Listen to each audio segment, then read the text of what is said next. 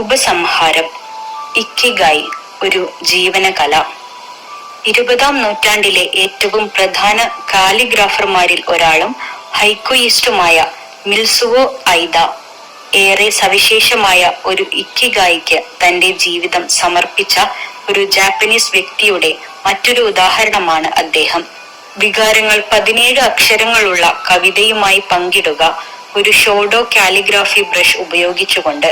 ഈ നിമിഷത്തിന്റെ പ്രാധാന്യത്തെ, കാലത്തിന്റെ ഒഴുക്കിനെ തത്വശാസ്ത്രപരമായി വിവരിക്കുന്നവയാണ് ഐദയുടെ ഹൈക്കു.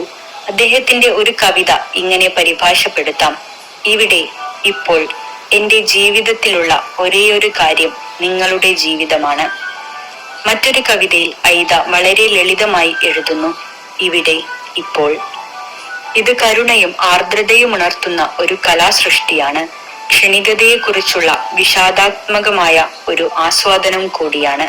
മറ്റൊരു കവിത നമ്മുടെ ജീവിതത്തിലേക്ക് ഇക്കിഗായി കൊണ്ടുവരുന്നതിന്റെ രഹസ്യങ്ങളെക്കുറിച്ചാണ്. സന്തോഷം സദാ തീരുമാനിക്കപ്പെടുന്നത് നമ്മുടെ ഹൃദയങ്ങളാലാണ്. അവസാനമായി ഐദയുടെ ഒരു കവിത കൂടി: പോയിക്കൊണ്ടിരിക്കുക, നിങ്ങളുടെ വഴി മാറാതെ തന്നെ. ഒരിക്കൽ നിങ്ങൾ നിങ്ങളുടെ ഇക്കിഗായി കണ്ടെത്തിക്കഴിഞ്ഞാൽ അത് പിന്തുടരുക, ദിവസവും അതിനെ പരിപോഷിപ്പിക്കുക. അത് നിങ്ങളുടെ ജീവിതത്തിന് പുതിയ അർത്ഥം നൽകും.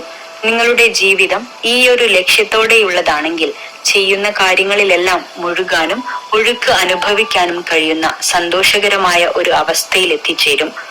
ഒരു കാലിഗ്രാഫർ തന്റെ ക്യാൻവാസിൽ ചെയ്യുന്നത് പോലെയോ, ഒരു ഷെഫ് 50 വർഷങ്ങൾക്കു ശേഷവും തന്റെ രക്ഷാധികാരികൾക്കു വേണ്ടി സ്നേഹത്തോടെ സുഷി തയ്യാറാക്കുന്നത് പോലെയോ.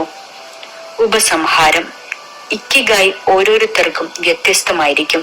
പക്ഷേ ഒരു കാര്യം ഏവരിലും പൊതുവായിരിക്കും: നാം പൊരുൾ തേടുന്നവരാണ്. നമ്മെ സംബന്ധിച്ച് അർത്ഥവത്തായ കാര്യങ്ങൾ ചെയ്താണ് നമ്മുടെ ദിനങ്ങൾ ചെലവഴിക്കുന്നത് എന്ന തോന്നലുണ്ടാക്കാൻ കഴിഞ്ഞാൽ കൂടുതൽ പൂർണ്ണതയോടെ നമുക്ക് ജീവിക്കാൻ കഴിയും. അർത്ഥവത്തായ കാര്യങ്ങളുമായുള്ള ബന്ധം ഇല്ലാതായാൽ നിരാശയായിരിക്കും ഫലം. ആധുനിക ജീവിതം നമ്മെ യഥാർത്ഥ പ്രകൃതിയിൽ നിന്ന് കൂടുതൽ കൂടുതൽ അകറ്റിക്കൊണ്ടിരിക്കുകയാണ്. അത് പൊരുളില്ലാത്ത ഒരു ജീവിതത്തിലേക്ക് നമ്മെ എളുപ്പം നയിക്കും. അതിശക്തമായ പ്രേരണകളും പ്രോത്സാഹനങ്ങളും, പണം, അധികാരം, ശ്രദ്ധ, വിജയം, ദിവസവും നമ്മുടെ ശ്രദ്ധ തിരിക്കുന്നു. നിങ്ങളുടെ ജീവിതത്തെ ഏറ്റെടുക്കാൻ ഒരിക്കലും അവയെ അനുവദിക്കരുത്. നമ്മുടെ ആന്തരിക ബോധവും ആകാംക്ഷയും ഇക്കിഗായിയുമായി നമ്മെ ബന്ധിപ്പിക്കുന്ന അതിശക്തമായ ആന്തരിക ചോദനകളാണ്. നിങ്ങൾക്ക് ആസ്വദിക്കാൻ കഴിയുന്ന കാര്യങ്ങൾ പിന്തുടരുക. ഇഷ്ടമില്ലാത്തവയിൽ നിന്ന് ഒഴിവാകുകയോ അവയെ മാറ്റുകയോ ചെയ്യുക. നിങ്ങളുടെ ആകാംക്ഷയായിരിക്കണം നിങ്ങളുടെ വഴികാട്ടി.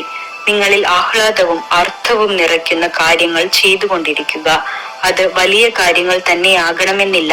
നല്ല രക്ഷിതാക്കൾ ആകുന്നതിലോ നമ്മുടെ അയൽക്കാരെ സഹായിക്കുന്നതിലോ നാം അർത്ഥം കണ്ടെത്തുക. നമ്മുടെ ഇക്കിഗായിയുമായി ബന്ധപ്പെടാൻ ഒരു സമ്പൂർണ്ണ പദ്ധതിയില്ല. പക്ഷേ നമ്മൾ ഒക്കിനാവക്കാരിൽ നിന്ന് പഠിച്ചതനുസരിച്ച് ഏറെ ക്ലേശിച്ച് നാം അവ കണ്ടെത്തേണ്ടതുമില്ല. പരിഹരിക്കേണ്ട ഒരു പ്രശ്നമല്ല ജീവിതം. ഒരു കാര്യം ഓർക്കുക: നിങ്ങൾക്ക് ഇഷ്ടമുള്ളതെന്തോ അതിൽ മുഴുകുക. ഒപ്പം നിങ്ങളെ സ്നേഹിക്കുന്നവർക്കിടയിൽ കഴിയുകയും ചെയ്യുക. ഇക്കിഗായിയുടെ 10 നിയമങ്ങൾ.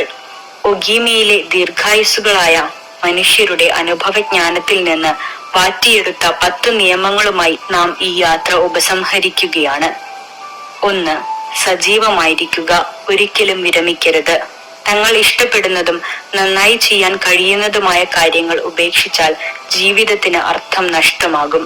അതുകൊണ്ട് മൂല്യമുള്ള, ഉയർച്ചയുണ്ടാക്കുന്ന, മറ്റുള്ളവർക്ക് ആനന്ദവും പ്രയോജനവും പ്രദാനം ചെയ്യുന്ന, മറ്റുള്ളവരെ സഹായിക്കാൻ കഴിയുന്ന, നമുക്ക് ചുറ്റുമുള്ള ലോകത്തെ രൂപപ്പെടുത്താൻ കഴിയുന്ന കാര്യങ്ങൾ ചെയ്തുകൊണ്ടിരിക്കുക എന്നത് വളരെ പ്രധാനമാണ്. നിങ്ങളുടെ ഔദ്യോഗിക കൃത്യനിർവഹണം അവസാനിച്ച ശേഷവും. 2. സാവധാനത്തിൽ എടുക്കുക. ജീവിതത്തിലെ ഗുണനിലവാരത്തിന് നേരെ എതിരായ അനുപാതത്തിലാണ് തിരക്ക്.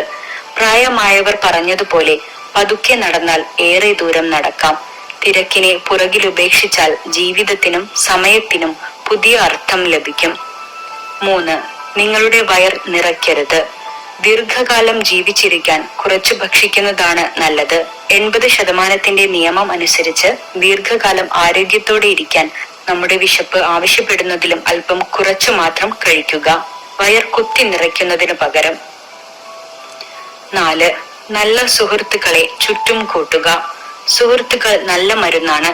നല്ലൊരു സംസാരത്തിലൂടെ അവരുമായി നമ്മുടെ വിഷമം പങ്കിട്ടാൽ, നിങ്ങളുടെ ദിവസത്തെ തിളക്കമുള്ളതാക്കുന്ന അനുഭവം പങ്കിട്ടാൽ, ഉപദേശം തേടിയാൽ, തമാശ ആസ്വദിച്ചാൽ, സ്വപ്നങ്ങൾ പങ്കുവെച്ചാൽ, മറ്റൊരു വിധത്തിൽ പറഞ്ഞാൽ അവരുമൊത്ത് ജീവിക്കുന്നത്. 5. അടുത്ത ജന്മദിനത്തിനു വേണ്ടി തയ്യാറെടുക്കുക. ജലം ഒഴുകിക്കൊണ്ടിരിക്കും. കെട്ടിക്കിടക്കാതെ സമൃദ്ധമായി ഒഴുകുമ്പോഴാണ് അത് അതിന്റെ ഏറ്റവും നല്ല അവസ്ഥയിലായിരിക്കുക. ജീവിതം വഹിച്ചുകൊണ്ടു പോകുന്ന നമ്മുടെ ശരീരത്തിന് ദിവസേന അല്പം മിനുക്കുപണികൾ ആവശ്യമാണ് ദീർഘകാലം ഓടാൻ. ഒപ്പം വ്യായാമത്തിലൂടെ നമ്മെ ആഹ്ലാദിപ്പിക്കുന്ന ഹോർമോണുകളും ഉൽപ്പാദിപ്പിക്കപ്പെടും. 6. ചിരിക്കുക. ഉന്മേഷഭരിതമായ മനോഭാവം ആശ്വാസദായകം മാത്രമല്ല, അത് നമുക്ക് സുഹൃത്തുക്കളെയും നേടിത്തരും. വലിയ മഹത്വമില്ലാത്ത കാര്യങ്ങൾ തിരിച്ചറിയുന്നത് നല്ലതാണ്, പക്ഷേ ഒരു കാര്യം ഓർക്കുന്നത് നല്ലതാണ്. നിറയെ സാധ്യതകൾ നിറഞ്ഞ ഒരു ലോകത്ത് ഇവിടെ ഇപ്പോൾ ജീവിച്ചിരിക്കുക എന്നത് ഏറെ സവിശേഷമായ ഒന്നാണ് എന്ന കാര്യം നാം ഒരിക്കലും മറക്കരുത്. 7. പ്രകൃതിയുമായി ബന്ധപ്പെടുക. ഇന്ന് ഏറെ പേരും നഗരങ്ങളിലാണ് ജീവിക്കുന്നതെങ്കിലും മനുഷ്യർ അടിസ്ഥാനപരമായി പ്രകൃതിയുടെ ഭാഗമാണ്. നമ്മുടെ ബാറ്ററികൾ റീചാർജ് ചെയ്യാൻ പതിവായി പ്രകൃതിയിലേക്ക് മടങ്ങേണ്ടതുണ്ട്. 8. നന്ദി പറയുക. നിങ്ങളുടെ പൂർവികരോട്, പ്രകൃതിയോട്, നിങ്ങൾക്ക് ശ്വസിക്കാൻ വായുവും കഴിക്കാൻ ഭക്ഷണവും നൽകുന്നതിന്, നിങ്ങളുടെ സുഹൃത്തുക്കളോട്, കുടുംബത്തോട്, നിങ്ങളുടെ ദിവസങ്ങളെ പ്രകാശമാനമാക്കുന്ന എല്ലാത്തിനോടും നന്ദി പറയുക. അപ്പോൾ നിങ്ങൾ സൂക്ഷിച്ചു വെച്ച ആഹ്ലാദം വളർന്നു വരുന്നതായി അനുഭവപ്പെടും. 9. ഈ നിമിഷത്തിൽ ജീവിക്കുക. ഭൂതകാലത്തെക്കുറിച്ചോർത്ത് വിഷമിക്കുന്നത് അവസാനിപ്പിക്കുക. ഭാവിയെക്കുറിച്ചോർത്ത് ഭയപ്പെടുന്നതും അവസാനിപ്പിക്കുക. നിങ്ങൾക്കുള്ളത് ഇന്നാണ്. അതിനെ പരമാവധി ഉപയോഗപ്പെടുത്തുക. അതിനെ ഓർമ്മിക്കത്തക്ക വിധം അർത്ഥവത്താക്കുക. 10. നിങ്ങളുടെ ഇക്കിഗായിയെ പിന്തുടരുക. നിങ്ങളുടെ ഉള്ളിൽ ഒരു അഭിനിവേശമുണ്ട്. നിങ്ങളുടെ ദിവസങ്ങൾക്ക് പൊരുൾ നൽകുന്ന സവിശേഷമായ കഴിവുണ്ട്. അവസാനം വരെ നിങ്ങൾക്ക് സ്വന്തമായ ഏറ്റവും നല്ലത് പങ്കിടാൻ പ്രേരിപ്പിക്കുന്ന ഒന്നുണ്ട്. നിങ്ങളുടെ ഇക്കിഗായി എന്താണെന്ന് ഇതുവരെ അറിഞ്ഞിട്ടില്ല എങ്കിൽ, വിക്ടർ ഫ്രാങ്കൽ പറഞ്ഞതുപോലെ അത് കണ്ടെത്തുക എന്നതായിരിക്കട്ടെ നിങ്ങളുടെ ദൗത്യം. നിങ്ങൾക്ക് സുദീർഘവും ആഹ്ലാദകരവും ലക്ഷ്യബോധമുള്ളതുമായ ഒരു ജീവിതം ആശംസിക്കുന്നു. ഈ പുസ്തകത്തിൻ്റെ അവസാന ഭാഗമാണ് നിങ്ങൾ കേട്ടത്. നിങ്ങൾ തന്ന എല്ലാ പ്രോത്സാഹനങ്ങൾക്കും ഒരുപാട് നന്ദിയുണ്ട്. വീഡിയോകൾ ഇഷ്ടമാവുന്നുണ്ടെങ്കിൽ സബ്സ്ക്രൈബ് ചെയ്യാൻ മറക്കല്ലേ. ഇനി അടുത്ത പുസ്തകവുമായി ഉടൻ കാണാം. ബൈ.